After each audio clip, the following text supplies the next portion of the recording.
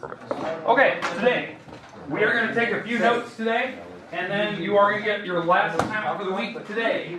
As I said, you only have one assignment this week. And we don't have school Wednesday. And you don't have school Wednesday. Even better. Alright, now, the one thing we do have this week, we have a test on Friday. I'm going to hand you your practice guide.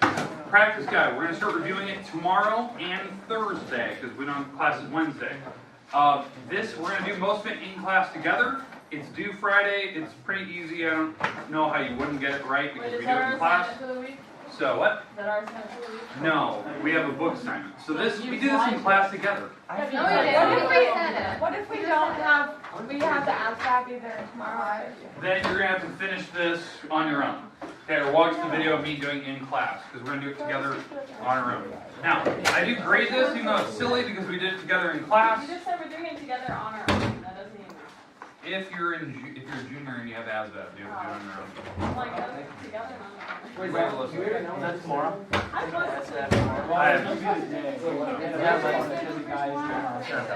No, but that guy, other people didn't show up. They didn't. People didn't show up. Pretty much say to you they said they didn't want us to take the S, they wanted to take the A's. Alright, hey, did everyone get one? Did I miscount? I have 3. Oh, perfect. And all those are board answering. I was wondering why I had it.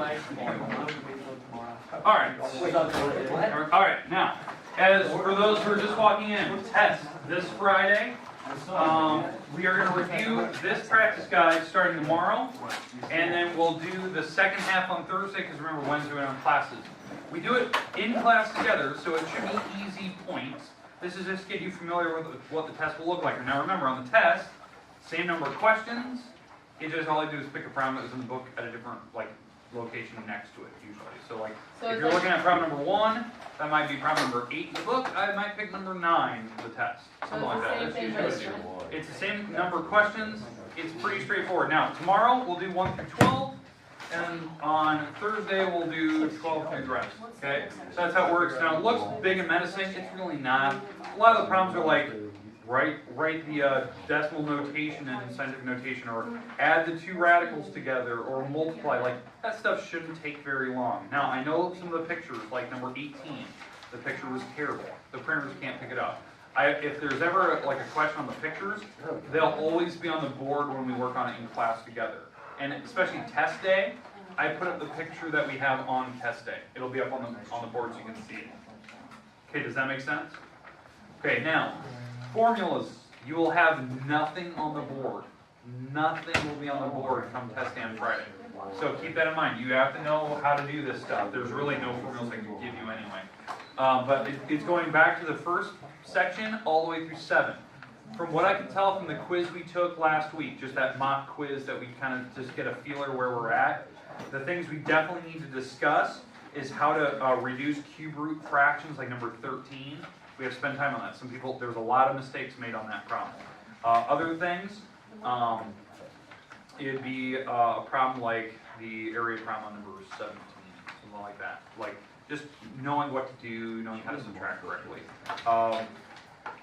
But yeah, I don't think it's like big and menacing. It's just, it'll take some time. So that's what we're going to spend 2 days reviewing. If you're not going to be here, let's say tomorrow or Thursday, boo-hoo, that means you have to go online and watch the video or get some help from somebody else or ask questions the day you get back. Okay? If you're conveniently gone Thursday, conveniently gone, you're sick, you're still taking your practice. Forewarned of what day that test is. I have a question. You have an extra day to study it. That's what it is. Okay?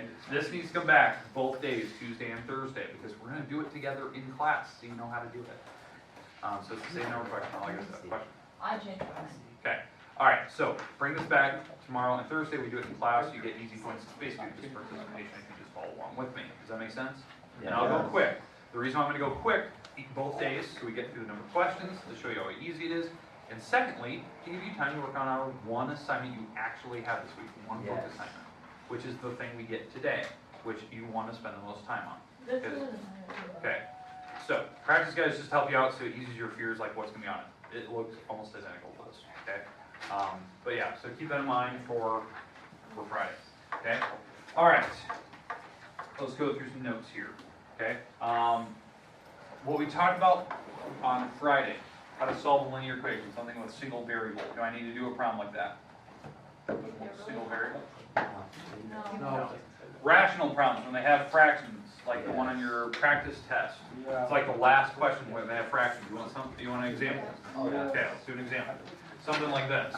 Let's go 3 over x minus 1 plus 7 over x minus x plus 1 equals 37 over x squared minus 1. Okay, so let's say that this is my problem, okay?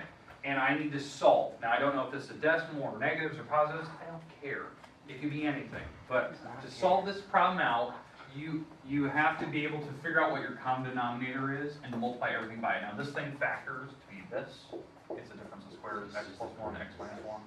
So, kind of looking at all three fractions, it looks like your common denominator is basically this, because everything has that, okay? So we're going to multiply every fraction by this, the common denominator, x plus 1, x minus 1. Now, the reason why we do that for equations, and again, this is for equations, is that it will cancel out all the fractions as we go. So we are going to take both of these times every single problem. Does that make sense, like what we're doing? Okay, when we do that, when we take this times this first fraction, the x minus 1's cancel. Because these go to the top, that was on the bottom, so these should cancel out. So what I'm left with, since these canceled, was a 3 and x plus 1. Does that make sense? What was left from here? When I multiplied the common denominator times this thing, the x minus 1's canceled. Agreed? Yes. Okay, now going to the next part. This mess times this fraction. Well, if I take it times this fraction, the x plus 1's cancel, because this stuff goes to the top with the 7. So the x plus 1's will cancel, so I'll be left with the 7 and the x minus 1. Agreed? Yes. And then the last thing, taking this fraction, which is this, 37 over these two, times this, both of these cancel, so I'm just left with 37. Okay, make sense? Yeah. Okay? And now that we have this, now we distribute and we solve for x, now this is now a linear based problem. Now I know my answers in the very end cannot be a 1 or a negative 1, we know that. But if we're going to solve this, we distribute the 3, so it's 3x plus 3. Distribute the 7, that's 7x minus 7 equals 37.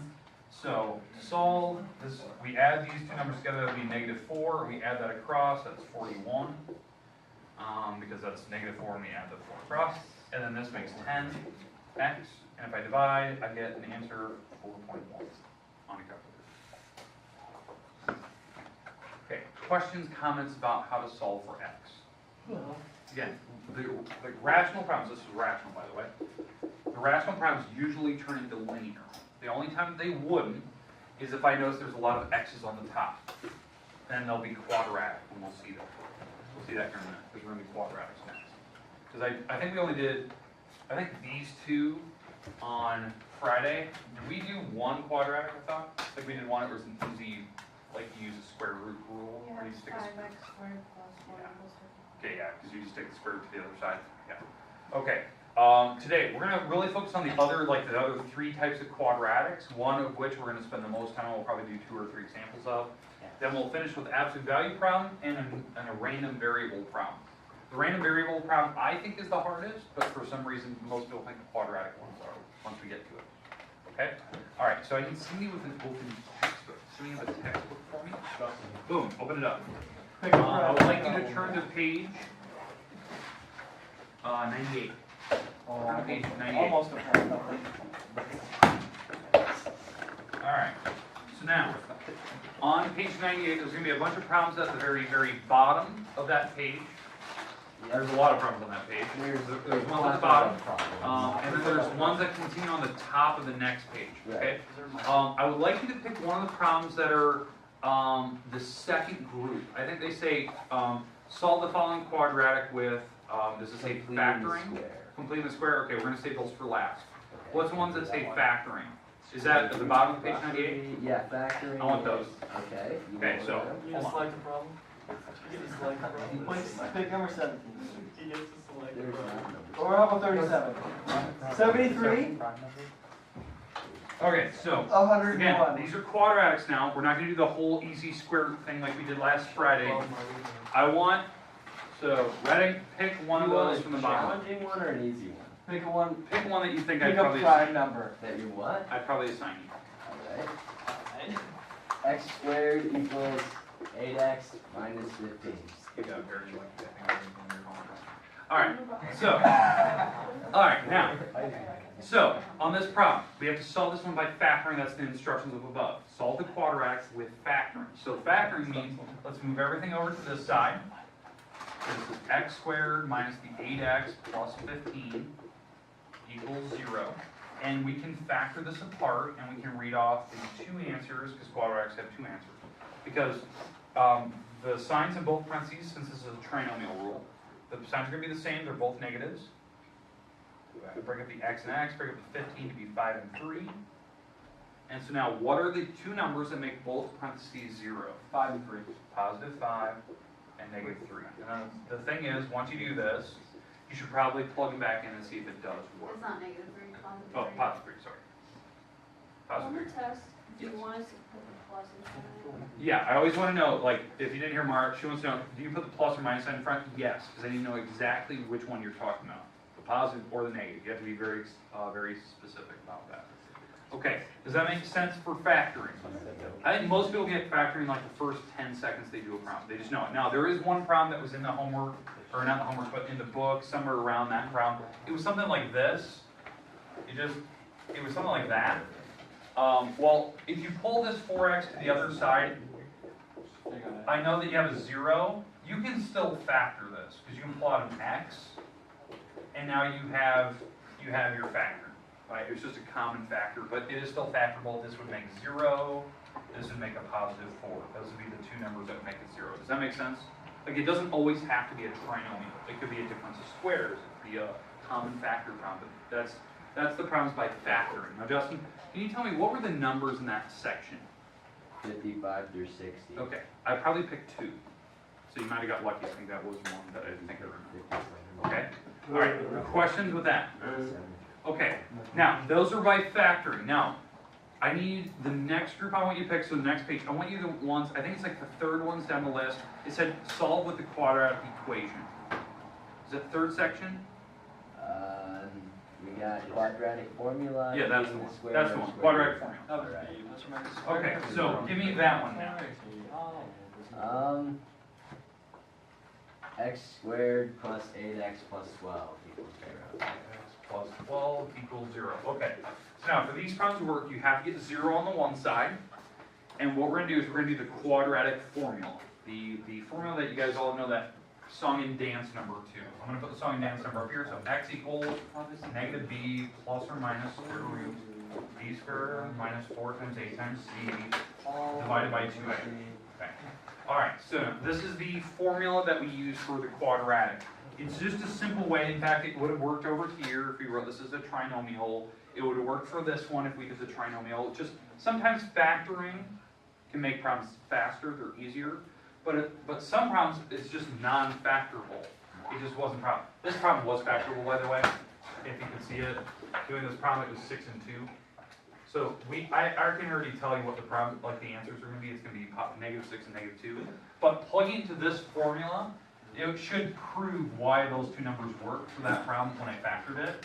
So the b is the middle number, a is the first number, that's the 1, and then the c is the back number.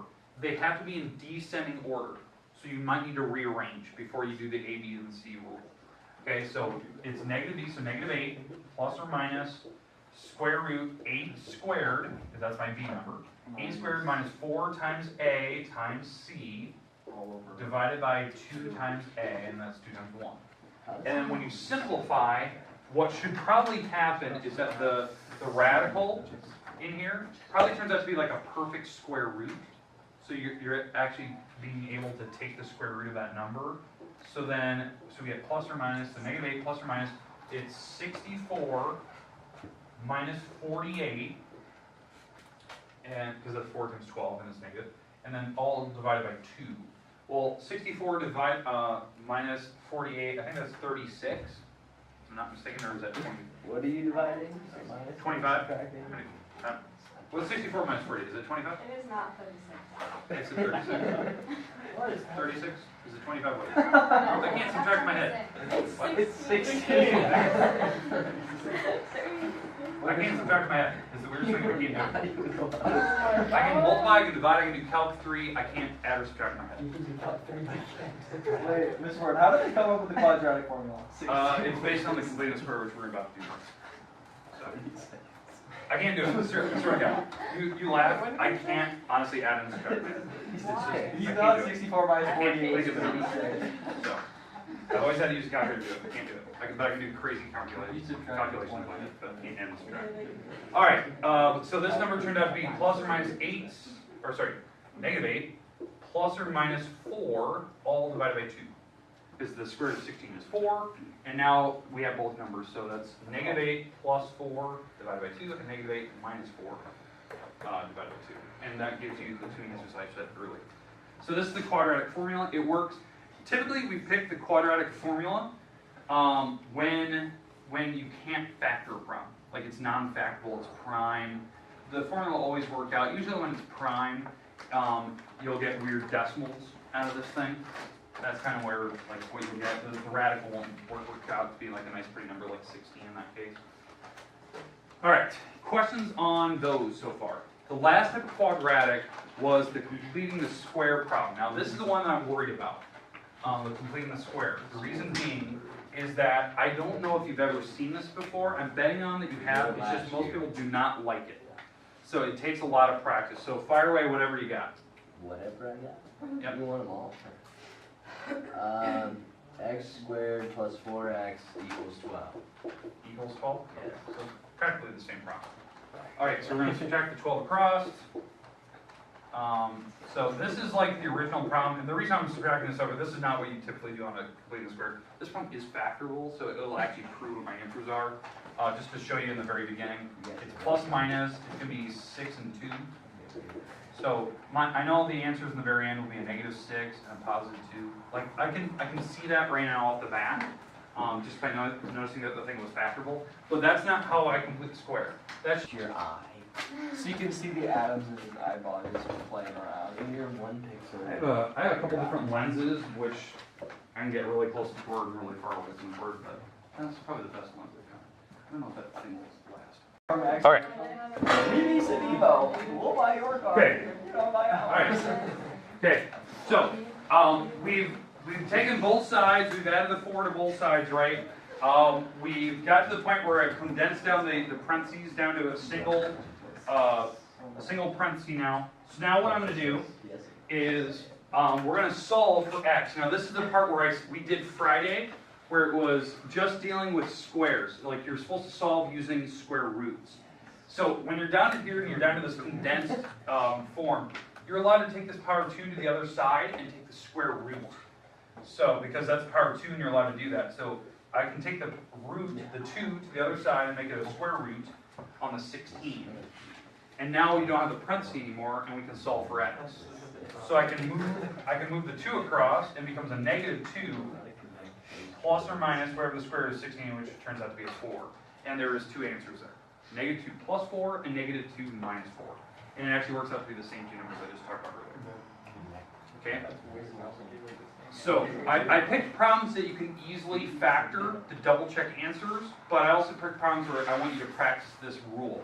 Now you're probably thinking, okay, Ward, we haven't went through this a lot.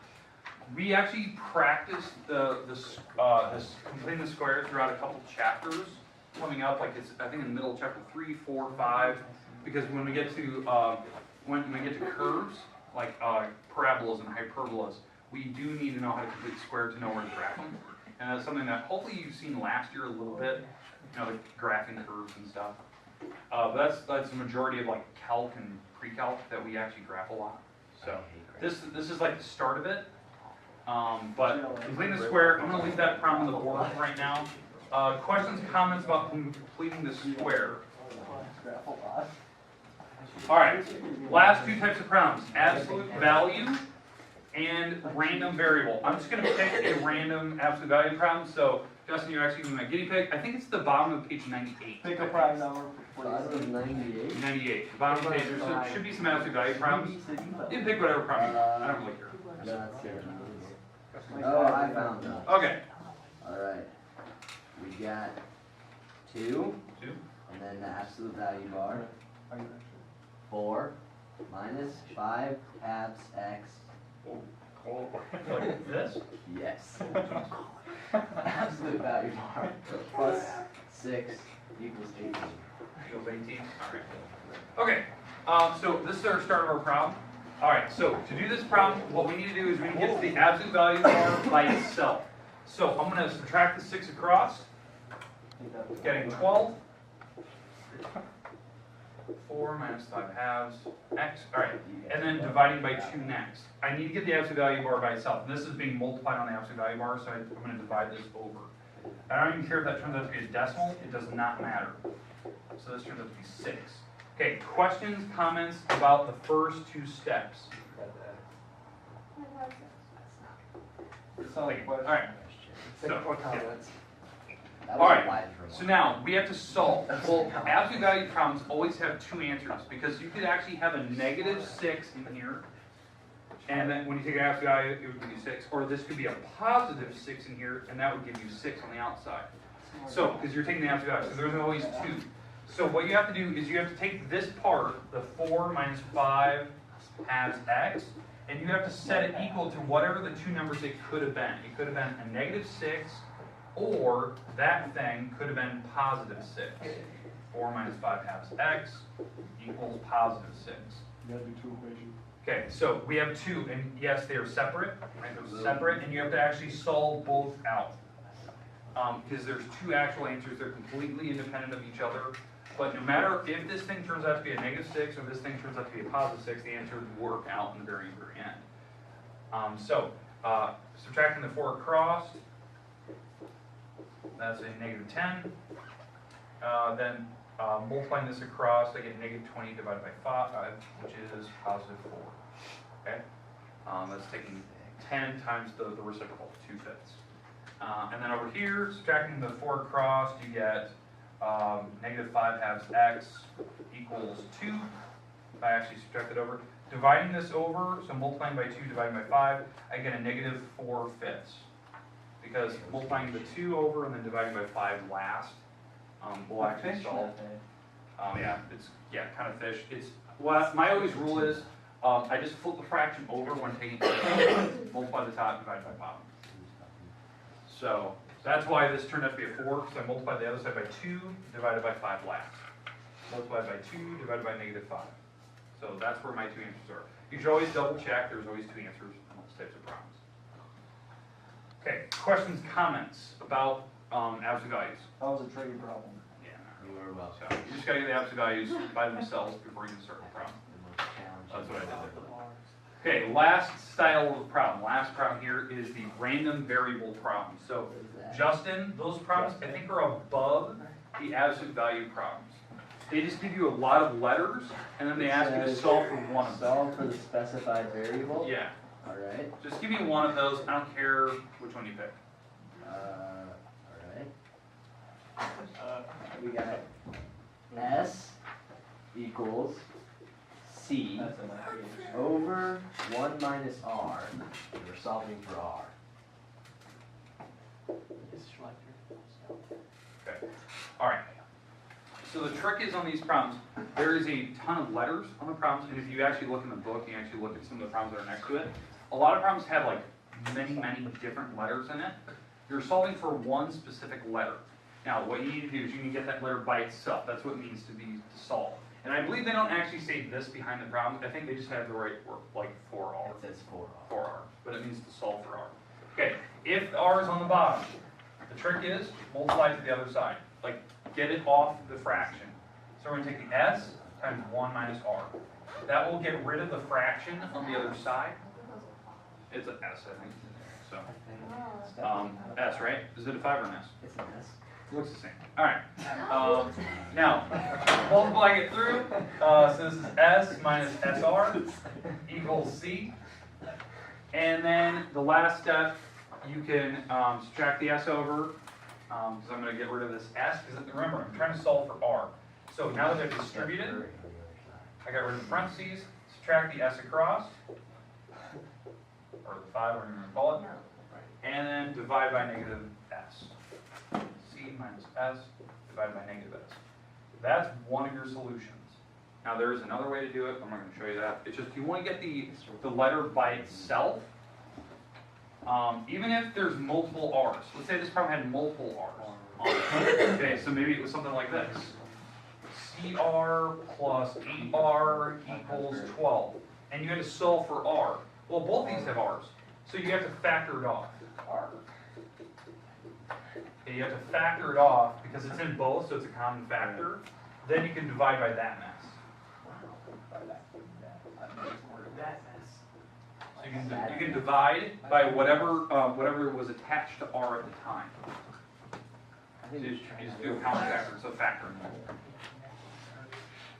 Okay, here's your homework today. I'm gonna try another one. I picked a couple problems each. Hopefully this makes sense. Now, this homework assignment that we're doing, it's our only book assignment this week, because the other parts, like the practice guide, we do together in class tomorrow and Thursday, so that's going to be easy participation points. This is your only actual book assignment this week. Here's your page, it's page 98. Okay, numbers, here we go. We're on 8, 10, 18, 22, 62, 65, 68, 69, 78, 81, let's see, 60, and I know these are going in weird order, 46, 49, 34, and 42. And that's, I know that's weird, like you're looking at it going, Lord, what are you doing? That's the order I want you going. It's kind of the order that we've actually talked about on the board today. You know, doing, we did linear problems first, we did rational problems second, we did quadratics third, we did the absolute value problems fourth, and then fifth we did the random variable problems, which were 34 and 42. So that's why I went in that specific order. I know that's really, really weird to see it like that, but hopefully that makes sense to you. Read the instructions. They'll tell you what specific type they'd like you to solve it as, especially when you get to those quadratics. Do they want you to use quadratic formula? Do they want you to factor? Do they want you to complete the square? This is due Thursday. So Thursday. Now, tomorrow, you need to bring your practice test back. We'll go through the first half tomorrow in class together. Once we're done with the first half of your practice test, I'll give you the remaining part of class to work on this assignment. So every day this week, you need to bring it in. Now, obviously, we don't have classes Wednesday, so keep that in mind. Now, And we have juniors, if you guys have ASVABs at any point this week, that's fine. We're going to continue on. You guys know the schedule, what we're doing this week. So keep that in mind.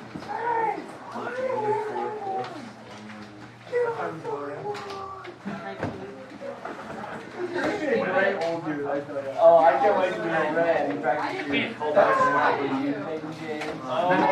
thinking about it, I sweat. I remember that. I was Sunday and I saw that live and I couldn't stop laughing.